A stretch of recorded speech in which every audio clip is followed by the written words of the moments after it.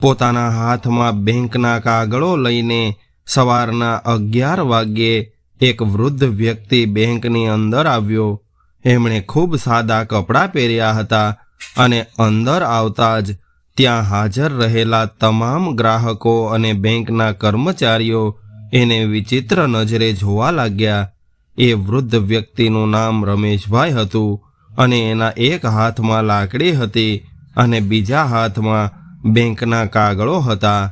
હવે એ વ્યક્તિ ધીમે ધીમે બેંકના કાઉન્ટર પર જવા લાગ્યા, જ્યાં એક મહિલા ગ્રાહકોને મદદ કરવા માટે બેઠી હતી।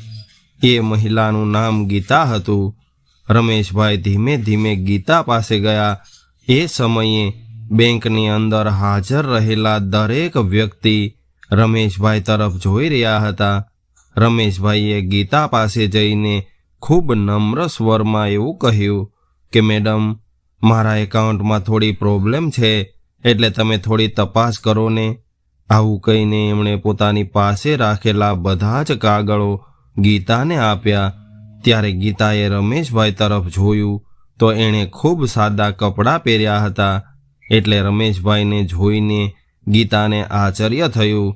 એટલે એના કાગળ જોયા વગર જ કહેવા લાગી કે દાદા, તમે ખોટી બેંકમાં આવ્યા લાગો છો, કેમ કે મને એવું નથી લાગતું કે આ બેંકમાં તમારું ખાતું હશે। ત્યારે રમેશભાઈ બોલ્યા કે દીકરી, તું એકવાર જોઈ લે, કદાચ મારું ખાતું આ જ બેંકમાં છે। ત્યારબાદ કાગળ હાથમાં લઈને ગીતા બોલી કે દાદા, મારે થોડો સમય લાગશે, એટલે તમારે થોડી રાહ જોવી પડશે। આવું કહીને ગીતા અને બેંકના અન્ય કર્મચારીઓ પોતાના કામમાં વ્યસ્ત થઈ ગયા અને રમેશભાઈ ત્યાં ને ત્યાં ઊભા રહીને રાહ જોવા લાગ્યા। થોડી વાર બાદ એમણે ફરી કહ્યું કે દીકરી, તું તારા કામમાં વ્યસ્ત હોય તો મેનેજરને ફોન કર, મારે એનું પણ થોડું કામ છે।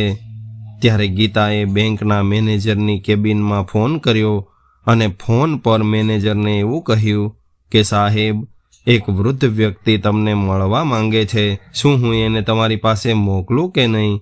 ત્યારે મેનેજર પોતાની કેબિનમાંથી રમેશભાઈ તરફ જોવા લાગ્યો અને એવું કહ્યું કે એ વ્યક્તિ આપણી બેંકના ગ્રાહક છે કે કોઈ ટાઈમપાસ કરવા આવ્યા છે?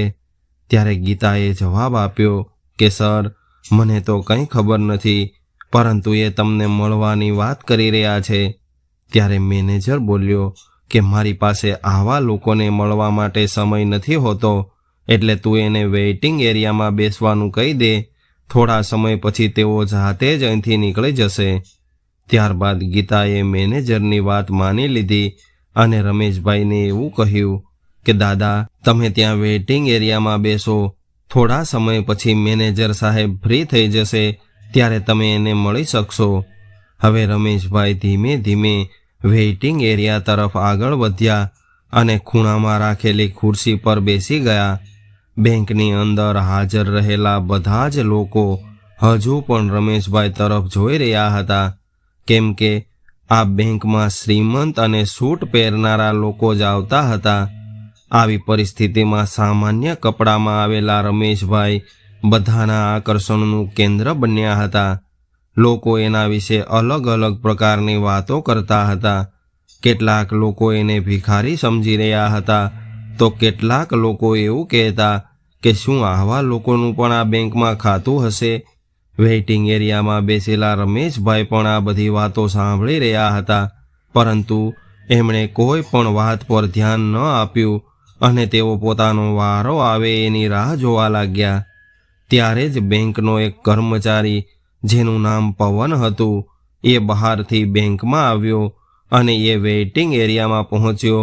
ત્યારે એમણે રમેશભાઈને જોયા અને એના વિશે ચાલી રહેલી વાતો સાંભળી, એટલે એને ખૂબ દુઃખ લાગ્યું, કેમ કે બધા જ લોકો એને ભિખારી કહીને વાતો કરી રહ્યા હતા। આ બધું સાંભળીને પવનને ખૂબ દુઃખ થયું અને એ તરત જ રમેશભાઈ પાસે આવ્યો અને આદરપૂર્વક કહ્યું કે દાદા, તમે અહીંયા કેમ આવ્યા છો? તમારે શું કામ હતું? ત્યારે રમેશભાઈએ શાંત સ્વરે જવાબ આપ્યો કે દીકરા, મારે મેનેજરને મળવું છે, મારે એની સાથે અમુક અગત્યની વાત કરવી છે। ત્યારે પવન બોલ્યો કે ઠીક છે દાદા, તમે થોડી વાર અહીંયા બેસીને રાહ જુઓ, હું મેનેજર સાથે વાત કરીને હમણાં જ આવું છું. ત્યારબાદ પવન સીધો જ મેનેજરની કેબિનમાં ગયો અને એવું કહ્યું કે સાહેબ, પેલા વૃદ્ધ દાદા વેઇટિંગ એરિયામાં બેઠા છે અને બધા જ લોકો એના વિશે ખરાબ વાતો કરી રહ્યા છે, પરંતુ મને તો એવું લાગે છે કે આપણે એની મદદ કરવી જોઈએ. પવનની વાત સાંભળીને મેનેજરે જવાબ આપ્યો કે હું જાણું છું અને મેં જ એને ત્યાં બેસવાનું કહ્યું હતું, અને આમ પણ એ કોઈ ખાસ વ્યક્તિ નથી કે એને હું મારી કેબિનમાં બોલાવું. થોડી વાર વેઇટિંગ એરિયામાં બેઠા પછી રમેશભાઈએ જોયું કે ઘણો સમય વીતી ગયો હતો. લગભગ 1 કલાક સુધી ધીરજ રાખ્યા બાદ તેઓ પોતાની જગ્યાએથી ઊભા થયા અને મેનેજરની કેબિન તરફ જવા લાગ્યા. ત્યારે મેનેજરે જોયું કે આ વૃદ્ધ વ્યક્તિ મારી કેબિન તરફ આવી રહ્યો છે, એટલે એ તરત જ પોતાની કેબિનમાંથી બહાર આવ્યો અને એ વૃદ્ધ માણસ એટલે કે રમેશભાઈ સામે આવીને ઊભો રહી ગયો અને કહેવા લાગ્યો કે બોલો દાદા, તમારે શું કામ છે? ત્યારે રમેશભાઈએ ખૂબ નમ્રતાથી પોતાના બેંકના કાગળ બતાવ્યા અને એવું કહ્યું કે દીકરા, આ મારા ખાતાની વિગત છે. મારા ખાતામાંથી કોઈ પણ પ્રકારના વ્યવહાર નથી થઈ રહ્યા, એટલે કૃપા કરીને તમે મારા એકાઉન્ટની તપાસ કરો અને મને એ જણાવો કે મારા ખાતામાં શું સમસ્યા છે. ત્યારે મેનેજરે થોડી વાર વિચાર કર્યો અને ત્યારબાદ જવાબ આપ્યો કે દાદા, તમારા ખાતામાં પૈસા ન હોય તો જ આવું થાય. મને તો એવું લાગે છે કે તમે તમારા ખાતામાં પૈસા જ નહીં રાખ્યા હોય, એટલે જ તમારો વ્યવહાર બંધ થઈ ગયો હશે. ત્યારે રમેશભાઈએ શાંત સ્વરે કહ્યું કે દીકરા, પહેલાં એકવાર મારું એકાઉન્ટ ચેક તો કરી લે, ત્યારબાદ મને કહેજે. તમે એકાઉન્ટ જોયા વગર આવું કેવી રીતે કહી શકો છો? આવું સાંભળીને મેનેજર હસવા લાગ્યો અને કહેવા લાગ્યો કે દાદા, આ તો મારો વર્ષોનો અનુભવ છે અને આમ પણ તમારા જેવા લોકોને જોઈને હું અંદાજ લગાવી શકું છું કે કોણ કેટલા પૈસા જમા કરાવી શકે છે. મને તો તમારા ખાતામાં કંઈ હોય એવું નથી લાગતું, એટલે તમે હવે અહીંથી નીકળી જાઓ, કારણ કે અમારા બધા જ કસ્ટમર તમને જોઈ રહ્યા છે અને બેંકનું વાતાવરણ બગડી રહ્યું છે. ત્યારે રમેશભાઈએ કાગળ એના ટેબલ પર મૂક્યા અને એવું કહ્યું કે ઠીક છે દીકરા, હું તો અત્યારે નીકળી જઈશ, પરંતુ આ કાગળમાં જે માહિતી લખી છે એ એકવાર જોઈ લેજે. આટલું કહીને રમેશભાઈ ત્યાંથી ચાલતા થયા અને ગેટ પર પહોંચ્યા. ત્યારે એમણે પાછા ફરીને એવું કહ્યું કે મેનેજર સાહેબ, મારી સાથે આવું ખરાબ વર્તન કરવાનું પરિણામ તમારે ભોગવવું પડશે. આટલું કહીને રમેશભાઈ બેંકના મુખ્ય ગેટથી બહાર નીકળી ગયા અને ત્યાંથી ધીમે ધીમે પોતાની ગાડી તરફ ચાલવા લાગ્યા. પરંતુ મેનેજરને આવું સાંભળીને કંઈક નવીન લાગ્યું અને એણે એવું વિચાર્યું કે એ દાદા તો વૃદ્ધ છે, એટલે આવું બોલ્યા હશે અને એ આ ઉંમરે શું કરી શકવાના છે. આવું વિચારીને મેનેજર પોતાના કામમાં લાગી ગયો.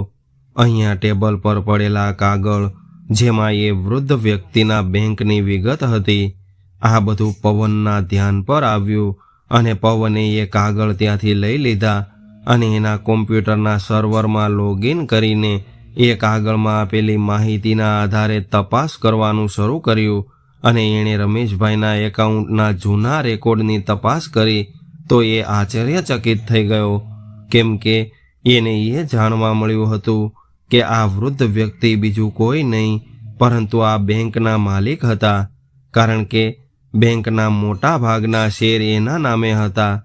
આવી બધી માહિતી મળ્યા બાદ પવને ધ્યાનપૂર્વક બધી વિગત વાંચવાનું શરૂ કર્યું તો એને ખાતરી થઈ ગઈ કે આ વૃદ્ધ વ્યક્તિ જ બેંકના માલિક હતા. ત્યારબાદ એમણે રિપોર્ટની એક નકલ કાઢી અને એ નકલ લઈને સીધો જ બેંક મેનેજરની ઓફિસ તરફ આગળ વધ્યો. એ સમયે મેનેજર કોઈ શ્રીમંત ગ્રાહક સાથે વાત કરી રહ્યો હતો અને કોઈ નવી યોજના વિશે સમજાવી રહ્યો હતો. ત્યારે પવન મેનેજરની ઓફિસમાં આવ્યો એટલે મેનેજરે ઈશારાથી પૂછ્યું કે તું કેમ આવ્યો છો? એટલે પવને ઈશારામાં કહ્યું કે આ રિપોર્ટ એ જ વૃદ્ધ વ્યક્તિનો છે જેને તમે હળધૂત કરીને અહીંથી કાઢી મૂક્યા હતા. પવને ખૂબ નમ્રતાથી કહ્યું કે સર, તમે એકવાર આ રિપોર્ટ જોશો તો સારું રહેશે. ત્યારબાદ મેનેજરે રિપોર્ટ પર એક નજર નાખી અને વધારે ધ્યાન આપ્યા વગર પવનને પાછો આપી દીધો અને એવું કહ્યું કે પવન, મારી પાસે આવા લોકો માટે સમય નથી હોતો અને આ રિપોર્ટ વાંચવામાં મને કોઈ રસ પણ નથી. ત્યારે પવને રિપોર્ટ પાછો લીધો અને પોતાનું કામ શરૂ કર્યું. હવે બેંકનું વાતાવરણ પણ સામાન્ય થઈ ગયું અને બધા જ લોકો પોતપોતાના કામમાં વ્યસ્ત થઈ ગયા. ધીમે ધીમે સાંજ પડી અને દિવસ પૂરો થવા આવ્યો. બીજા દિવસે સવારે રમેશભાઈ ફરીથી બેંકમાં આવ્યા. આજે એની સાથે એક અન્ય વ્યક્તિ પણ હતો અને એ વ્યક્તિ સંપૂર્ણપણે સૂટ બૂટમાં હતો. તેઓ બેંકમાં આવતા જ બધા જ લોકોની નજર એમના તરફ ગઈ અને રમેશભાઈએ મેનેજરને ઈશારાથી પોતાની તરફ બોલાવ્યો. એટલે મેનેજર ગભરાઈને પોતાની કેબિનમાંથી બહાર આવ્યો અને એની સામે ઊભો રહી ગયો.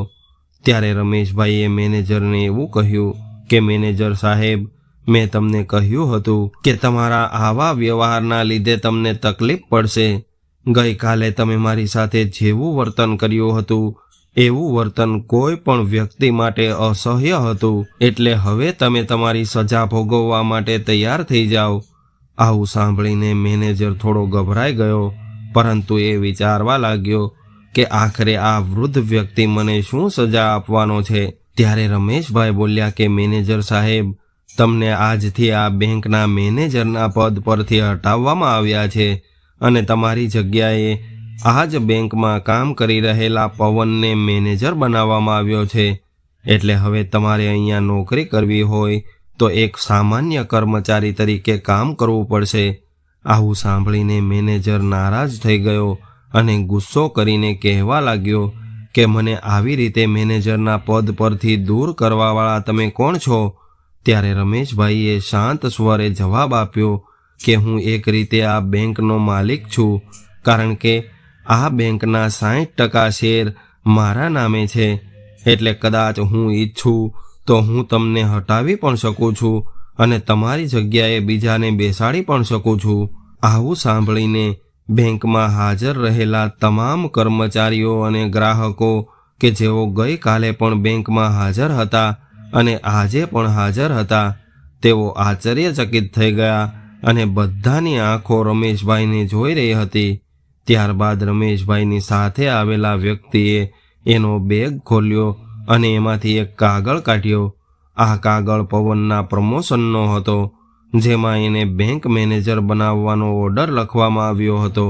ત્યારબાદ એ વ્યક્તિએ બીજો પત્ર કાઢ્યો અને મેનેજરને આપ્યો અને એવું કહ્યું કે આજથી તમારે બેંકના સામાન્ય કર્મચારી તરીકે કામ કરવું હોય તો કરી શકો છો, પરંતુ હવે આ બેંકના મેનેજરના પદ પરથી તમને હટાવવામાં આવ્યા છે.